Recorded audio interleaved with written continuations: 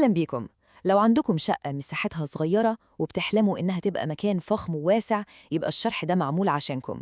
النهاردة هنشوف مع بعض إزاي ممكن نحول أي مساحة ضيقة لمكان مريح، مش بالسحر خالص، لكن بشوية أفكار تصميم ذكية جدا. طيب السؤال اللي بيبدأ عنده كل حاجة هو ده: هل فعلا ممكن شقة صغيرة تبان فخمة وفي نفس الوقت واسعة؟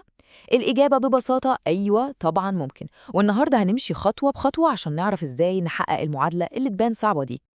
يلا بينا ندخل في أول وأهم جزء. الأساس اللي بنبني عليه كل حاجة هو الضوء والألوان. دول يعتبروا السلاح السري لأي مصمم ديكور عشان يخلق إحساس بالاتساع من ولا حاجة. بصوا معايا على المقارنة دي، نفس المساحة بالظبط، لكن شايفين الفرق؟ على الشمال الألوان الغامقة كأنها بتبلع الضوء وتخلي الحيطان بتقرب علينا، وعلى اليمين الألوان الفاتحة بتعمل العكس تماماً، بتعكس الضوء وبتخلق وهم إن المساحة أكبر. التأثير فوري ومباشر.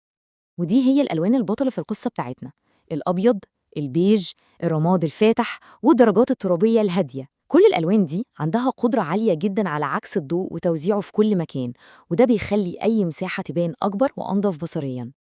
نيجي بقى للسر التاني اللي بيغير قواعد اللعبة خالص: المرايات.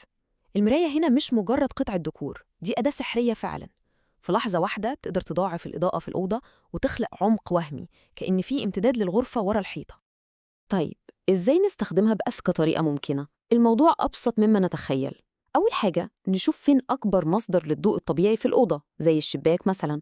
تاني حاجة نعلق مراية كبيرة على الحيطة اللي في وشه على طول، بكده الضوء اللي داخل هيضرب في المراية وينتشر في كل ركن في المكان. تمام، خلصنا كده الخدعة البصرية. ندخل بقى على الحاجات الملموسة والعملية. الجزء ده عن اختيار الأساس الصح وطرق التخزين العبقرية اللي بتخلي أي مكان صغير منظم ومريح لأبعد الحدود. القاعدة الذهبية هنا بسيطة جدا ومباشرة: لازم نتجنب الأساس الضخم والتقيل. الهدف مش إننا نملك كل حتة فاضية، لأ، الهدف هو إن كل قطعة أساس نختارها تكون ذكية وليها أكتر من استخدام واحد. والجدول ده بيوضح الفكرة بشكل عبقري. يعني بدل كنبة ضخمة ممكن نجيب كنبة بتتفرد وتبقى سرير، بدل سرير عادي نجيب سرير تحته أدراج تخزين، وبدل ترابيزة سفرة ثابتة واخدة مكان نستخدم واحدة بتتفتح وتتقفل. دي مش تنازلات خالص، دي تعتبر تطويرات ذكية للمساحة.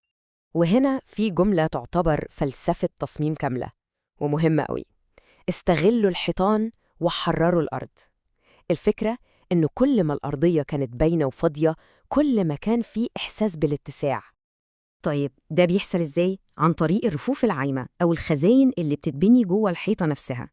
بالطريقة دي إحنا بننقل كل التخزين من على الأرض ونطلعه على الحيطان، فبنكسب مساحة للحركة وفي نفس الوقت بنكسب راحة للعين.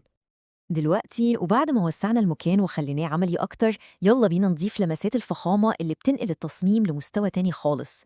التفاصيل الصغيرة دي هي اللي بتعمل كل الفرق. الإضاءة هي مفتاح الفخامة. بدل ما نعتمد على لمبة واحدة في نص السقف بتخلي المكان شكله مسطح وممل، لازم نوزع الإضاءة على 3 طبقات: سبوتات صغيرة في السقف، وإضاءة مخفية بتدي جو هادي، وأباجورة أرضية أو على ترابيزة عشان تنور زاوية معينة. التوزيع ده بيدي عمق وأبعاد للمكان. تفصيلة صغيرة لكن بتفرق جدا: الستاير.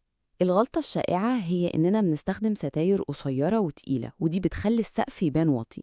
الصح إيه؟ ستاير خفيفة ولونها فاتح وبتتعلق من أعلى نقطة ممكنة في الحيطة وتنزل لحد الأرض.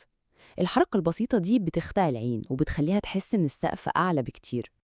ودي قاعدة أساسية في الديكور الفخم، بالذات في المساحات الصغيرة: القليل يظهر الكثير.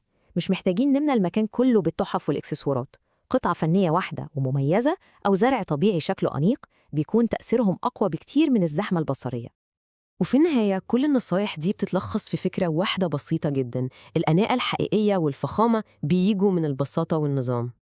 يبقى الخلاصة إيه؟ السر كله في إننا نخلق وهم بصري ذكي.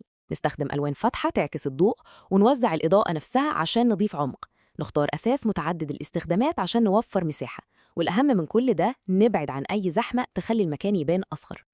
والمقولة دي بتلخص كل حاجة قلناها: الفخامة مش في عدد الحاجات اللي بنمتلكها، لكن في التناغم والنظافة البصرية اللي بنقدر نخلقها في كل ركن من أركان بيتنا. ودلوقتي السؤال الأهم: بعد كل الأفكار دي، إيه هي أول حاجة أو أول قطعة ممكن تتغير في المكان عشان التحول ده يبدأ؟ فكروا فيها، لأن أول خطوة صغيرة ممكن تعمل أكبر فرق.